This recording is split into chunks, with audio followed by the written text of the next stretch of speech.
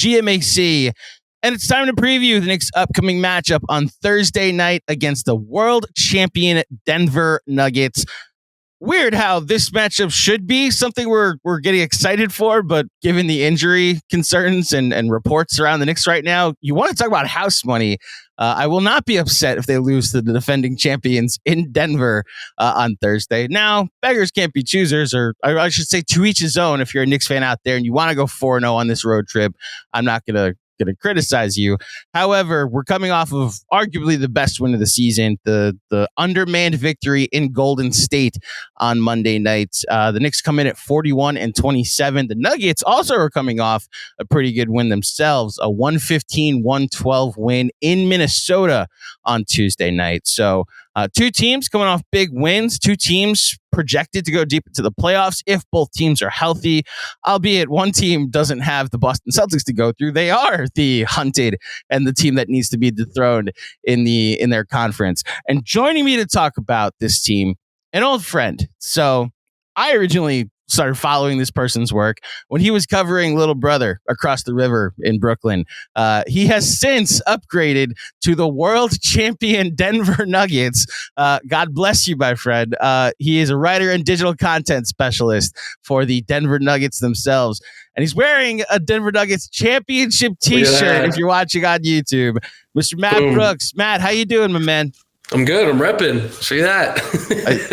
You can see how happy. Listen, you can just tell. Like I'm no Bill Simmons, but I have a hint of body language doctor. Yeah, the mood, the overall vibes are just so much better that you're not covering whatever that was in Brooklyn for those 3 years. I mean, I put on the rundown. How are the vibes in Denver these days? Just how are the vibes with you these days? How are you? They're good, man. Yeah, it's fun. It's a fun team. Just the way they play is really enjoyable. It's been nice to be in one spot since the very beginning. I think I've been saying that in pretty much every podcast I've done. Like I joined last year in March. We were talking about this. We previewed Nets Knicks, I think probably in February, maybe March, whenever that was. The first game that the Knicks beat the Nets in like years, pretty much all throughout the Kyrie KD era. I always laugh at era. It's an era, right? You might want to change that A to a OR, an error, if you want to go that far. But yeah, so we did that. And then I think shortly after I got hired by Denver, moved out here to cover the playoffs, and then playoffs go all the way till June. So it's been cool to be in one spot, I think, for the full year. Got a better feel of the team. And yeah, they're fun to watch, consistent. And it's been a good time. I like covering hoops. I like, doing film breakdowns and stuff like that. So there's been more of that here. I'll say that. So one might argue, maybe I'll make it on your behalf, that you were the missing piece that helped them get a title last year. If you wanted to make that argument, you hit on it. They are the team to beat this year. And every single time that I go to a different team to be like, well, Boston, well, the Clippers, well, like what Minnesota's fun. Like even our team, the Knicks, like, yeah, we're great, and there's some really fun ceilings to think about. But then I watch Denver at the peak of its powers ever, and it's like, oh, that's the best team in the sport. That's the most unbeatable team when they're clicking. And I'll just ask you: is that the sentiment in the building in Denver? That as long as the big guy is there, and then we have our full complement of players, we expect to win a title again this year. Yeah, I think you can look at how they're kind of looking at the end of the season. Their biggest thing is just we want to be healthy. Like typically you say that when you're like, we feel really good about who we are and how good we are. I mean, they lost 4 playoff games last year. So it's pretty easy to understand why. They have looked the part of a contender or favorite in pretty much every single marquee game that they've had this year. They've beaten Boston twice. All these games where it's like you call it like a measuring stick game, they've pretty much been there every single time. And so I think, yeah, you just look at like how they're approaching the end of the year.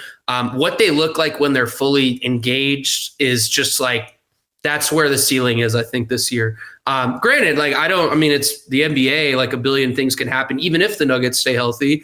Somebody can get hot for a series. They're are, I think, certain teams that have played them pretty well. But for the most part, yeah, I think the general feeling is like, we did this last year. We lost 4 playoff games. We don't see why we wouldn't be of that level this year. Yeah, I don't necessarily think a 16-4 playoffs is in the cards this year. West is too good. West is much better. That's for sure. And you look at. So I have a question. I want you to maybe validate or completely discredit a theory that I have about last year's playoffs for the Nuggets.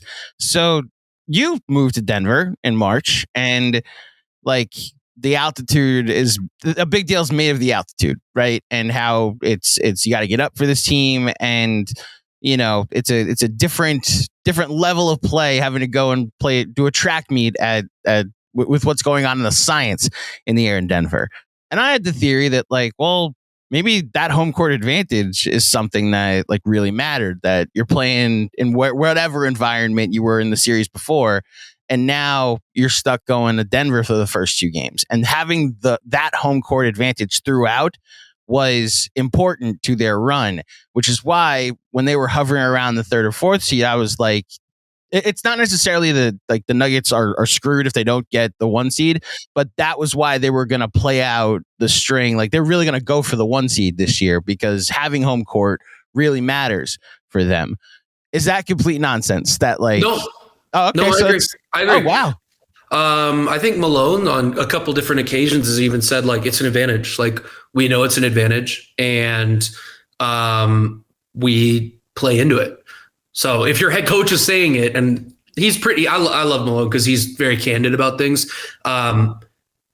If he's saying it, like I think it's a thing, and I think they know it. That's something I was focusing on even like at the beginning of training camp, because they've had a interesting season where they come in, they have their starting 5. You got Reggie Jackson, you sign him in the offseason. And there's like a lot of like young dudes, like Christian Brown played throughout the playoffs. Makes sense to have him a rotation piece. But then you have Peyton Watson, who's like a guy that just didn't play last year. He was in the G League for most of the year. This is basically his rookie season. He's been in the rotation the whole year. So I asked at the very beginning of the year, I was like, kind of just based on training camp and looking at the roster, you're like, all right, they're probably going to play Peyton Watson. They might even play their rookies. Like, how do you guys balance that where you're like, home court advantage is a thing that you have used in the past. I mean, you really could have gone undefeated last year in the playoffs at home. Your first loss was in game 2 of the finals against the Heat. I just don't know how prepared the Nuggets were that day for that game. It was an odd game. So they really could have gone undefeated. So I asked at the beginning of the year, like, hey, home court advantage is a thing for you guys. Like the altitude is an advantage. How do you balance pursuing a season like that, knowing that you want that 1 seed, like it helps, versus like you're also trying to develop. And that's been like a theme all throughout the year for the Nuggets. Literally every single month that has been a topic of conversation. So it's interesting, but I think you're dead on. It is absolutely an advantage, and they know it's an advantage. This is that podcast where I'm like, oh, a thing that I've been working on all year is finally, it's finally the meal's ready. Exactly. Like the meal is ready. I can finally say someone in Denver can validate my theory on this, which is why, look, if they're the 1 seed, I'm absolutely picking them to win the West. It's like a foregone conclusion in my mind at that point. If they're a 3 seed, it gets interesting. If they're a 4 seed, obviously it gets interesting. I would still probably pick them to come out the West. You tell me after watching them all season, I mean, their greatest strength, like the obvious, is the potential 3-time MVP that's in the middle. What's their biggest weakness? Like, I'm not going to ask you to give me the formula, like how to beat the Nuggets, but like, is there's a concern from your perspective as like just an X's and O's guy? Like what's the biggest weakness on this team? Biggest weakness? That's tough. Because they don't have many. I know. They don't have many. Their defense isn't even like a thing I feel like you can pick on as much anymore. They don't. Everybody's like gotten better. Like Jamal Murray's gotten better at staying in front of guys. Jokic got so much better. Even since I've been here, he's so comfortable in the schemes that they play him in and pick and rolls and stuff like that.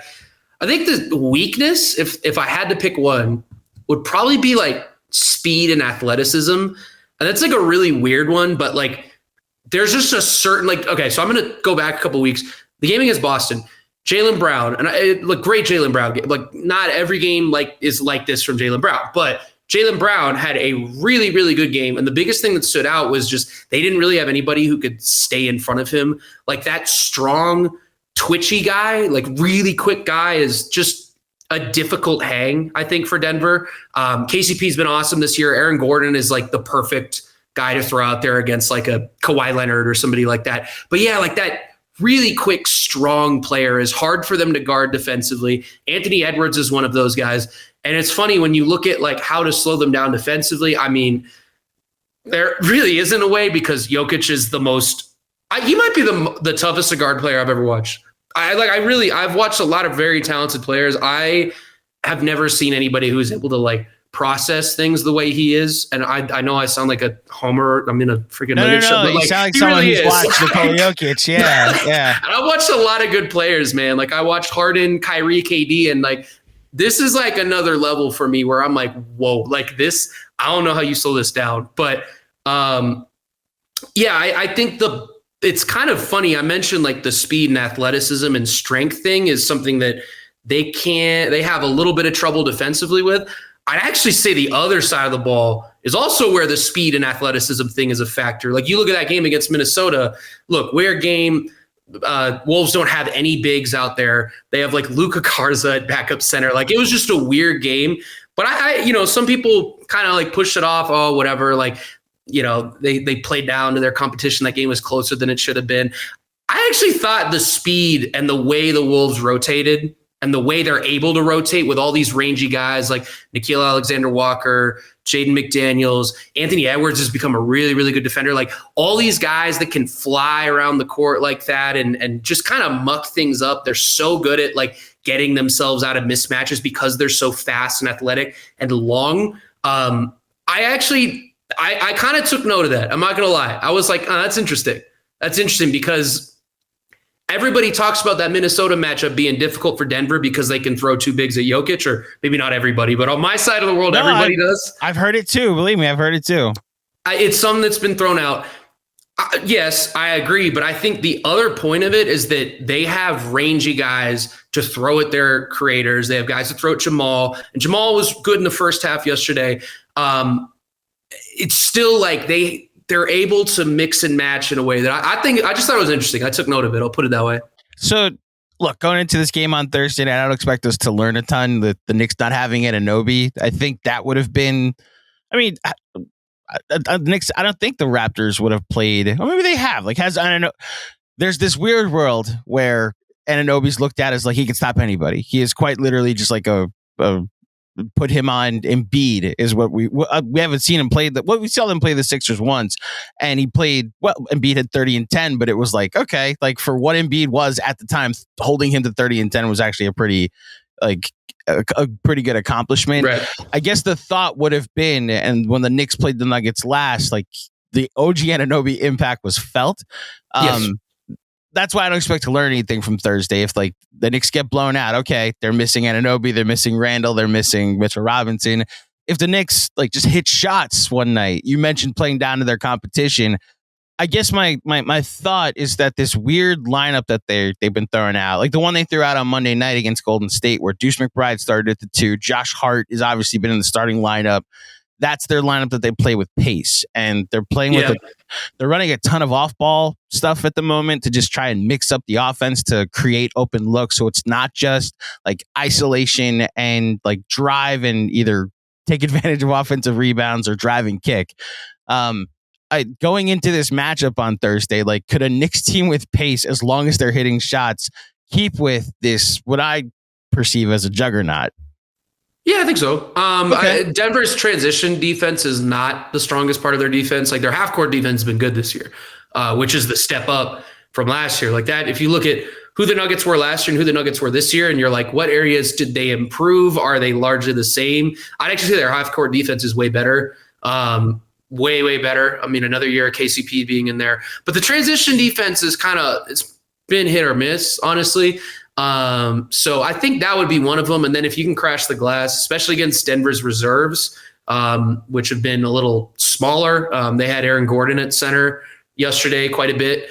And against the Wolves, which is a good look and works in the playoffs. But that group doesn't quite rebound as well, I think, as their starters. So that's another thing. I think when their reserves are in there, you can crash the glass. And the transition is definitely a way to try to throw a punch at Denver for sure.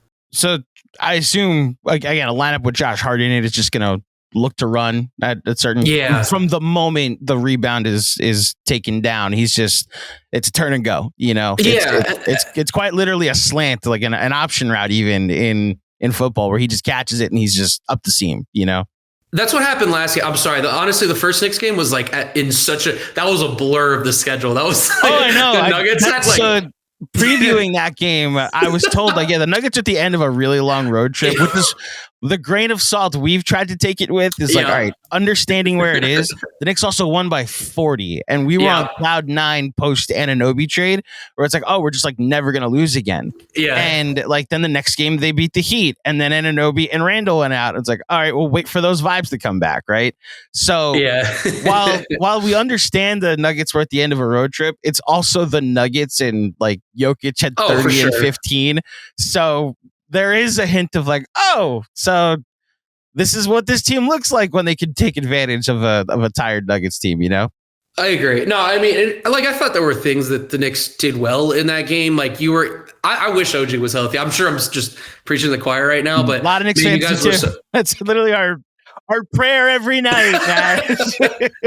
Not a hot take, but yeah, I remember watching that game being like, God, this is just like the dynamic is it's just shifted. I don't know. I don't know how to explain it. But yeah, that game was a bit of a blur, and it was one of those games where you like watch the first 8 minutes and you're like, okay, I can start writing my recap now. Like this is so. We did a playback watch along for that game, and going in, because funny enough, they beat Brooklyn on Tuesday, and it was a Thursday.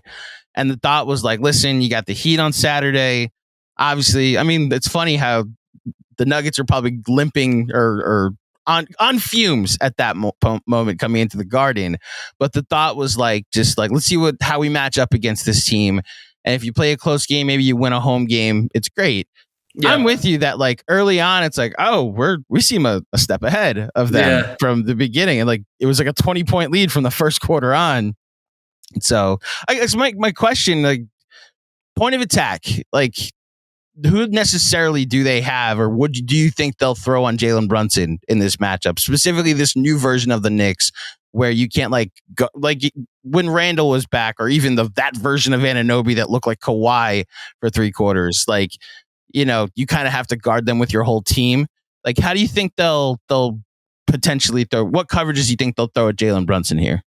You think you put KCP on him, who's been great, like one of the best screen navigators in the league.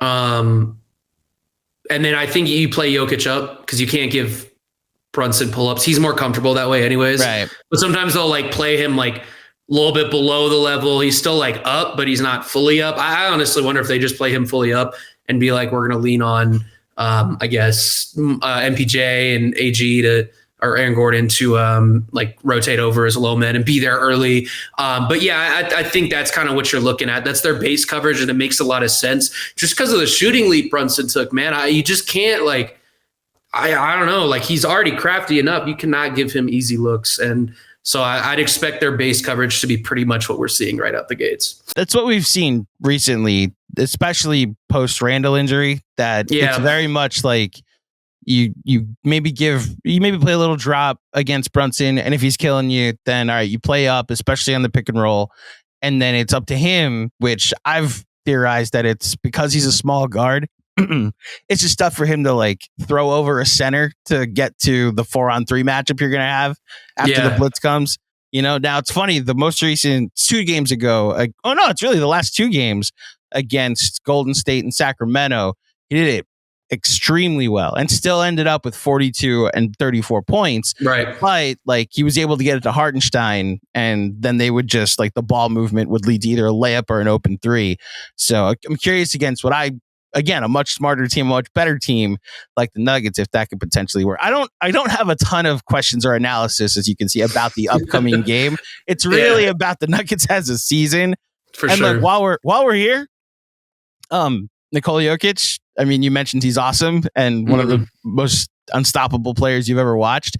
I think the question I have is like, well, okay, the MVP. Like, I don't know if it's like a fair question to ask you what your top 5 MVP is because of your place of employment. I know you would give me an objective answer if you wanted to, but I also think the objective answer could be he's the MVP. Like, historically, like, he's a 3-time MVP. That puts him where? I don't fully go to the what did ESPN say, but like the most recent comp of like him versus Shaq. Like, Shaq's also one of the most unstoppable players I've ever seen. Also, I don't have like an outside game that I go to with Shaq to point to. I think like Jokic is a better passer. Jokic isn't a better rebounder, but it's not like he's a bad rebounder. Like, and you're as a basketball historian, like where would you put like Jokic in the pantheon at that point? So if he gets 3, he's tied with Moses Malone, Larry Bird, Magic Johnson. Yes. I think it feels safe to put him if like, and this is assuming he gets another championship or 2. And I feel pretty good about that. Honestly, I think he's that level of player. I think that's where he could finish, like in that like top 12-ish range, ever. And that's like, I don't actually feel like that's that crazy of a take. He wins another. It starts to feel like that's the general conversation around Jokic. Even just noticing it just on Twitter or wherever, like that people I think are starting to catch on, me included. I didn't know before I came here, to be honest with you. I show up and I'm like, oh no, what is this? Like, what am I watching? Yeah. And I think as the Nuggets continue to play more and more on national TV and people are seeing them more, people are starting to see like, oh, this isn't normal. Like, this guy, like, you're not supposed to be this infallible, I guess, in a way as a player. And that is, I think, where we're headed. And it's funny. I actually think that's the biggest. I mean, he's had a great season and he's totally deserving of it. I actually think his numbers do probably a little bit of a disservice to like how good he's been this year. He's had so many stretches this year that are just like completely alien, where he misses like 2 shots in 4 straight games, like just stuff that is not normal. But I think there is a component to his case where it's like, hey, if he gets another MVP, he's won 3 now, and that puts him in the class of Larry Bird and Magic Johnson. He should be there. Like, that's where he should be. So it's interesting how much that's changed. I think the point of this season where I just threw my hands up and was like, all right, I'm done trying to say, because I'm personally, and this may be sacrilege, like I've tried to make the case for SGA, and I think like what SGA's done on both sides of the ball. Like, he's had an awesome season. You go to some of the advanced stats. Like, we're big on EPM here, and he leads the NBA in EPM non-Embiid division. Like, the on-off is good. And then I go to the Nuggets on-off, and it's like, oh, like they're plus 22 when Jokic is on the floor. Like that's, or whatever. It's like plus 22 is his on-off. So they literally become like a lottery team when he's off the floor, and they become a title contender when he's on the floor. I mean, I think where I go to, it's funny you brought up Moses, that I had a hard time finding a historical comp for Jokic for the longest time. And then I looked at what Moses did with 2 MVPs on like 6 or 7 seeds, right? And they had that one run where they went to the finals, but it was still looked at as like a lesser team. Then goes to the Sixers and they win 67 games, and it's like back then they lost 1 playoff game and swept the Lakers back then. So like that I thought was the comp. It's like they get Jamal Murray back is like him going to the Sixers, and like the version of Jamal Murray we saw in the playoffs last year was probably as good as a Julius Erving was back in '83.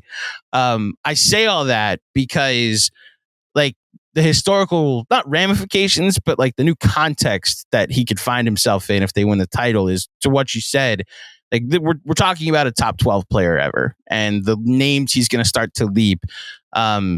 I mean, it's not even like you said, a hot take to, especially when there's a very clear, he's the best player in the sport at the moment. Like not narrative, but like conclusion, which I mean, you need an era like that in order to put yourself in that category. Right. As a person, I'm speaking on behalf of the Nuggets. I don't know if you get this sense in the building that they fear no one, but we did start this pod saying the West is better.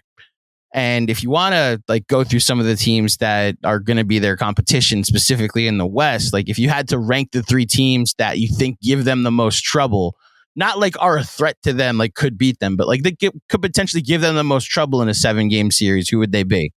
I probably had a different answer every month. I'm not even kidding. Like every month, there was like a month where I was on the Clippers. The Clippers of like, boy, weird vibes right now. I don't know. It just seems like all the wrong things are happening for them right now.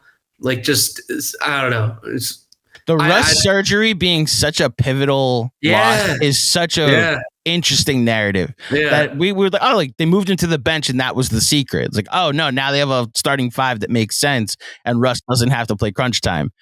Then he goes out and suddenly it's like, oh, well, we have no answer anymore. Pack up point guards. Like, wait a minute, that's what was the secret to your success? Yeah, and just like weird stuff about, I think PG had a quote about, no, we don't really know what our identity is. And it's like we're like game 70. What do you mean? You're this far in. You had 2 months where you were unbeatable. What do you mean you don't know what your identity is? You know? Yeah. So I've honestly had one every single month, different one every single month. I'll put Minnesota. A healthy Minnesota, I think, is a difficult challenge. That's something I've been pretty big on since the very beginning of the year, just because I thought they gave the Nuggets the most trouble out of any team in last year's playoffs, which is credit to them. Like once they leaned into being like, hey, we should just like put the ball in Ant's hands and just like run high pick and roll with him and Rudy, that like just changed the series. But they made the move in like game 4. It's like this, they're up, like the Nuggets are up 3-0. And then defensively, like they've done a good job against Jokic. You look at the 5th game of Denver's season, Denver loses by 30-ish, I think. They were held under 90 points, I think, for just the 5th, 6th time this season. And Minnesota did really good work there. So that's a tough matchup. I would have probably said the Suns, but like the Suns are another one where it's like, this just sort of, it's weird. They honestly feel exactly the same as the Nets from like 2 years ago. The 2022 team that like lost to Boston, swept. I'm sure you can agree, less off-court stuff that you have to worry about with between the Nets and the Suns. Yeah, but it's like all the same general. I just remember writing about that, and a lot of the quotes that I'm putting in articles were similar, where it's like, I don't know, like we don't have that gear against. It's stuff about like, oh, we're playing out a competition. It just feels like really similar. But I think I put them in because of the firepower. They're like the classic hypothetical team that I always feel like I fall for a little bit, but they are the team that like, I think the ways to beat the Nuggets are what I mentioned: athleticism, speed, stuff like that, on both sides of the ball. And then just like firepower. Like if Denver's going to put up a 120 offensive rating in a playoff series, can we get to 123 or something absurd? I know this is like just throwing numbers out, but like that's, I think, the only other way I can numbers. Think of. Yeah. Now the issue is with Phoenix, it's like, what does that look? How are you getting there? Like if you're living out of the mid range a bunch, that's kind of what happened last year in that series in the second round. Yeah, Phoenix had a couple of high scoring games, but they just didn't get enough threes to win that series. So even that is like, I struggle with that a little bit, but I'll put them in there. And then the West, I don't know. I'm sure I don't want to like leave. I know like New Orleans is playing really well, but Denver's kind of played them pretty well this year. Dallas, I know they won the other day. I'll throw OKC. I don't think it feels disrespectful to leave them out. I know they're a young team, but their guards are tough for Denver to stay in front of. So I'll throw those two. I got to be honest. I thought I had an out of body moment just now where I was like, did I did I? Because sometimes I'm looking up a stat or pulling up a link on my screen while my guest is talking, and I'm good at paying attention. I'm good at multitasking there. But I thought like, oh no, did I miss him say OKC? Because I don't want him to think I wasn't listening. But then you said, oh no, you didn't.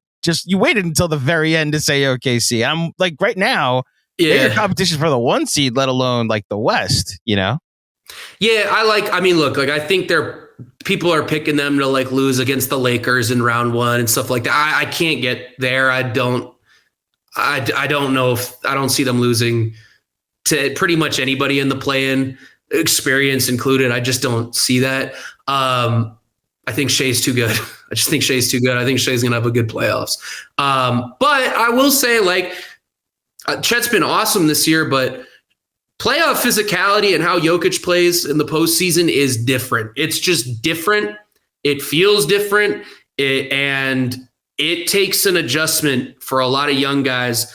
And he's been awesome. I think he's going to be he already is an incredible player. He's going to be a very, very good player. But I do see that being a little bit of a matchup thing for them, where if you run into a team with even like the Pelicans with Valanciunas, like just guys that can beat you up inside, that just feels tough for them to contend with. That's like their biggest weakness for me on their roster.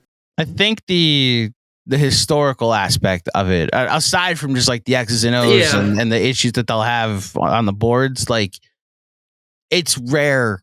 I actually don't think there is an example of a team that didn't have a couple tries first, before they like dethroned a champion. Like I don't know, like the closest you have is Magic winning a title in 80. And he had the MVP of the league, Kareem Abdul-Jabbar, on his team that already had a bunch of playoff experience. And like history's kind of rewritten how much that team leaned on Kareem. So, I don't know. I think we're not overlooking OKC. I think it's just fair to be like, you kind of have to go get your experience first, which is, the Knicks last year made somewhat of a leap getting to the second round. Now, what's funny is that team just like doesn't exist anymore. That team that went to the second round, they made a couple of trades to get, I don't want to say get rid of, to acquire some new players and send some of their younger players elsewhere.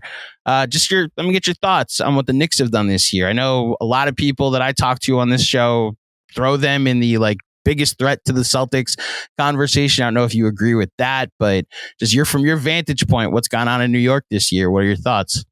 I love it. Brunson's been awesome. One of my favorites to watch. I really love this Knicks team. Like, I just like watching them every time I do catch them. I like what they've done. I think Leon's been really good. He's built the team in a sustainable way where it's like, you don't always need to just go for the home run swing. And they've been kind of proof of that. Like, if you build slowly and you add pieces, like, that's super valuable. And you can be really good in the interim, and maybe somebody does come available, or maybe they don't, and your team's just good. Like, you're going to win games. You have a sustainable formula. OG trade was great.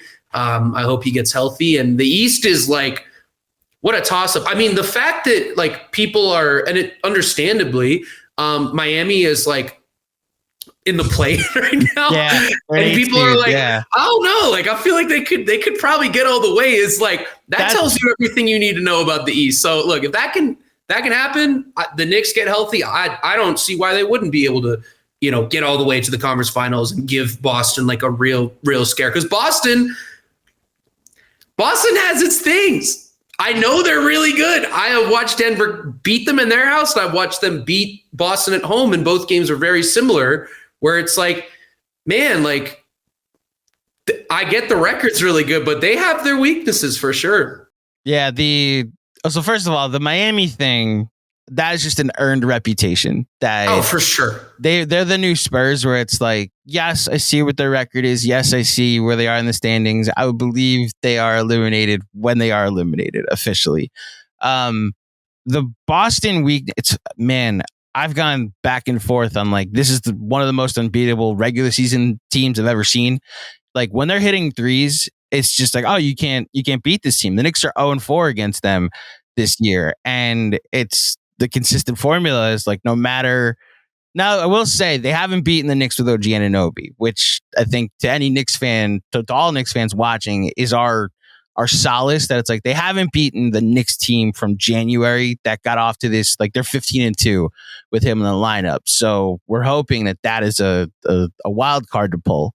But I mean, just they look amazing when they're hitting shots, and for the majority of this season, they've hit shots. What I know this is a Knicks podcast, and I'm talking to someone about the Nuggets, but like, what's your thoughts on Milwaukee? I cannot figure them because there's the Doc factor, and I don't know if that's a positive or a negative.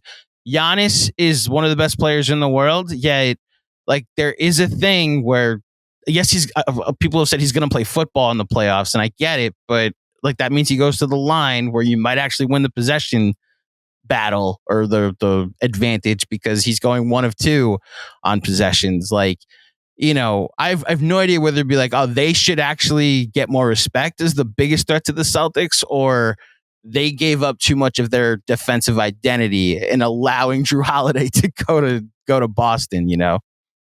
I don't know how cohesive they are. That's the other weird thing. It's like these Dame games. We get these big Dame games when Giannis is out, and it doesn't feel like those two have meshed as well as you'd want them to. I know they're like per possession numbers have gone up with Giannis as the screener. And it's to their credit, like they won a finals because he accepted, hey, I need to be a screener for Chris Middleton. So I know it's there. I know it's something that is possible. They haven't done it as much as I think anybody expected. He's okay. Like he's a fine screener, but I'm sorry, I'm getting so into the intricacies. No, you're good. The point is, like, they're just not quite as cohesive as I thought they would be. And the defense is a real thing. Denver like picked on their point of attack defense when they played in Denver. Just like Jamal went crazy in that game, just picking on Malik Beasley, picking on Damian Lillard. It was pretty glaring for me.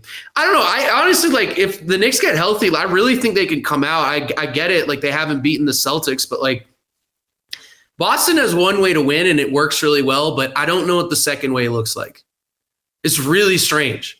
Like it happened in the last game against Denver where it's like, man, Denver's going to keep putting pressure on you with Jokic, who's unguardable, and Jamal, who's a tough shot maker, and they're making twos over and over and over, post-ups, lobs to Aaron Gordon. And that puts so much pressure on your three-point offense. You better hit your threes because you miss 2 and all of a sudden you're in a 6-point hole, 10-point hole. And that's what happened in that game. And I don't know. It's weird with Boston. They're incredible, great defensive team. Offense is out of this world, but I don't know what that second layer looks like for them when things get really tough. The biggest takeaway I had from honestly, it might be the regular season game of the year, that Denver Boston game from a couple of weeks ago. So good. It was just a fun regular season basketball game. And like, I believe we're close in age where we grew up with like, this was the regular season we grew up with. Like these guys cared about it, and like the NBA on NBC, and you know, you got games like this like once a week. And my biggest takeaway was the final 5 minutes, just like to your point about like Boston wasn't hitting threes all night, but it seemed like their offense in crunch time was just like, all right, we'll take turns. Like, are you hitting shots, Kristaps? No. Okay. Tatum, you're not hitting shots either. All right. Jaylen Brown, you've had it going tonight, but like, so it was just like everyone took a turn, and like Drew Holiday hit some shots, and that's why they were able to stay in the game down the stretch. And then you go to the other side of the floor, and it's just so clearly like, we're going to run it through Jokic. He can back down whoever you put on him, whether it's Kristaps or if you bring a second man, he's going to find Aaron Gordon for a dunk or a layup. If you rotate to help on Gordon, someone else is open for a 3. And it was just like, oh, that's a team that like identity is a weird word to use against the Celtics because it's clear what their identity is. But to your point, which that was a bar, by the way, I don't know what the second way looks like. Like there's very much one way the Celtics are going to try and beat you, and in crunch time you may need to have a diverse portfolio in ways to beat teams. And I obviously with Jokic, who is arguably the most unstoppable offensive player that the game has seen in forever. Like it's him and Curry over the last bunch of years. He has multiple ways to beat you. Agreed. Yeah, it's a weird thing. Boston both knows what their identity is, but it's not. It's crazy because they're like, what are they on pace to win 60? I mean, like they're. Oh yeah, I think they're 58 wins. Yeah, like they're on pace to win 60. Yeah. Oh, my goodness. I might be off. I've just pulled up the standings. They have 54. Yeah. I mean, they probably get 60 wins, and they have to go 6-8 the rest of the year to get to 60 wins. Yeah. And I still don't know. It's just, it's odd. Why that game was bizarre. Cause it was just, I think you're right. Like they took turns. Like they know what their identity is. I'll put it like this. They know what their identity is statistically, and that is kind of their identity is we're going to get up shots that are worth more. But sometimes I'm just like, you kind of need to go away from like a wholesale identity of like being about a number and actually make it like we need certain, and I'm not saying they don't like have actions. That's obviously not how an NBA team works, but it just was kind of felt like that at the end where I'm like, you're almost like looking to only get threes and it's not even about the process of that. It was weird. Like they got into that game by like Drew Holiday hitting like a corner step back three. And it's like, I mean, look, man, Denver's offense, you're like, all right, I guess. I mean, and credit to them. Like they have tough shot makers. They're going to make that stuff. But that was interesting. Even just like how Boston was in that game. I was talking to Bobby Manning, who covers the Celtics. And I was like, it was an interesting game because kind of Boston was running everything through Jalen. And it looked, it was a great strategy because Denver really couldn't seem to stay in front of him. But it also looked like something that the rest of the team was not used to at all because nobody was in rhythm by the end. And it's just weird. I'm like, that's a strange thing that having a guy go off like that can, and it makes sense, but it threw off the rest of the team so much that nobody was in rhythm. So it's just a weird dynamic with them for me a little bit. Yeah. I'm fascinated to see how this playoff goes because look, the way like both conferences too, there's just like, I think the league as a whole has been better. I don't know if that's due to like making people play basketball, like the 65 game rule, but I think that just, like you said, the West has absolutely been better. The Heat might be an 8th seed again. And there's this fear amongst a lot of us in the Eastern Conference that, we would like them to be extinguished as soon as possible. But we'll see. Like, I know the Boston people I've spoken to on this show have very much been like, we don't want any part of Miami, but I've also heard that it's a disappointment if they lose game 7 of the finals. Like they have gotten to the point with how good they've been this regular season that, it's title or bust. So we'll see what happens. Last question before I let you get out of here.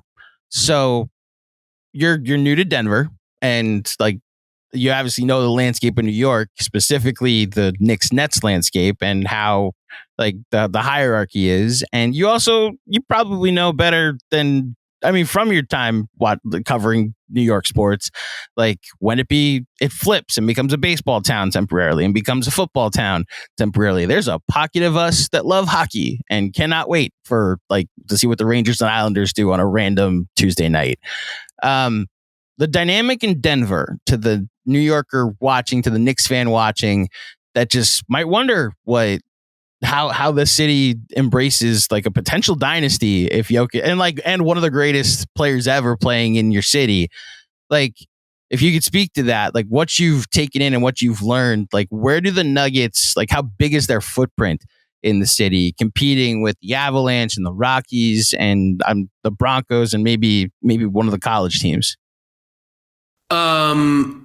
I would say, Broncos are big out here. I think is probably it. But yeah, I think Denver's grown a lot. Just in terms of the Nuggets have grown a lot just in terms of like, since they've won, you just see more jerseys and stuff like that out here. The fans that are Nuggets fans are like really, really diehard. Really diehard, like citing EPM and stuff like that. Wow. It's like a smart fan base. I've been like, I was taken aback for sure when I first came out here. So it's like the fans that are in it are like in it, like die hard. I think it's growing a lot in the city. And I mean, just the team being as like watchable as they are and enjoyable, whether it's your fifth time watching an NBA game or your 100th time watching an NBA game, like that, I think is something that no matter where you are on that scale, you're going to be able to sit down and enjoy the Nuggets. So that's, I think, something that's starting to take hold a lot more. Yeah, my roommate in college, his first job out of college, he worked for like the National Park Service, and he moved to Minnesota. And his first takeaway, like we were big hoops fans, was like the Timberwolves are like the fifth team out here, and like it's clearly a football town. Then but it's like University of Minnesota and the Vikings are 1 and 2. Then it's like hockey and baseball take turns as like the third of the sometimes the hockey can be one. And then it's like, oh yeah, like Kevin Garnett played here too, and the Lakers used to be here, and like we got this guy Anthony Edwards that's potentially like the next guy, and oh yeah, like the Timberwolves are great. And I was curious to see if like Denver was anything like that, but it's good to hear that like Jokic is in a city indifferent after a championship and all. Like he's in a city that at least embraces him and he can, receive the accolades. Look, I'm excited about this game not solely because I get to see Jokic, but one of the big reasons I get to see Jokic on the calendar. You only get to see him twice a year, and we'll see how the Knicks face off and how they match up with him on Thursday night. Matt, it's good to hear from you, man. It's good to see that it's good to see that you're covering the best team in the league, and there's not as much drama with the complications that come off the court with covering said team. Before you get out of here, I mean, I know where you're going to plug, but plug what you'd like to plug here on the Knicks Film School audience. Yeah. Pretty much, I mean, everything you need to know is on the Nuggets website, nuggets.com. So anything I do I do a lot of film studies, film work, which I will resonate here, obviously. So that all that stuff is found there. Follow the Nuggets on social channels, every TikTok, Instagram, Twitter, contributing work to all 3 of those platforms. So that's another good area. And then if you want to follow me personally at Matt Brooks NBA, I'm tweeting 600 clips during games and just having fun with it. It's been fun. So yeah, appreciate it. Awesome. Good to see that again, good to see your job is fun. I felt for you, man. There were times where we'd have you on to talk Knicks Nets, and it's like, yeah, Kyrie just tweeted. Like the best was when you and Macri were like something Knicks related, where it was like Derrick Rose is questionable for Thursday's game, and it was like the week after Kyrie tweeted the video, the link, and Macri's like, oh man, it just never ends for the Knicks, and I just saw you being like, yeah, that meme of like Jim Caviezel as like crucified Jesus next to Mel Gibson, where it's like me complaining about my problems in front of a Nets fan. I can see it taking its toll, and then to see you now experiencing the Nuggets is like, oh, I'm happy for him because he doesn't have to deal with that anymore, Yep. So yeah, it's good to see where you are these days, and it's good to have all of you join us for another edition of the Knicks Film School pregame show. We'll be back to preview a game against Little Brother across the river on Saturday morning. If you dig this episode, please head over to iTunes, drop a 5-star rating and review. If you're watching, please like this video. Remember to subscribe. And until next time, thank you for listening. Thank you for watching. Enjoy the game tonight, and I'll speak with you soon. Peace.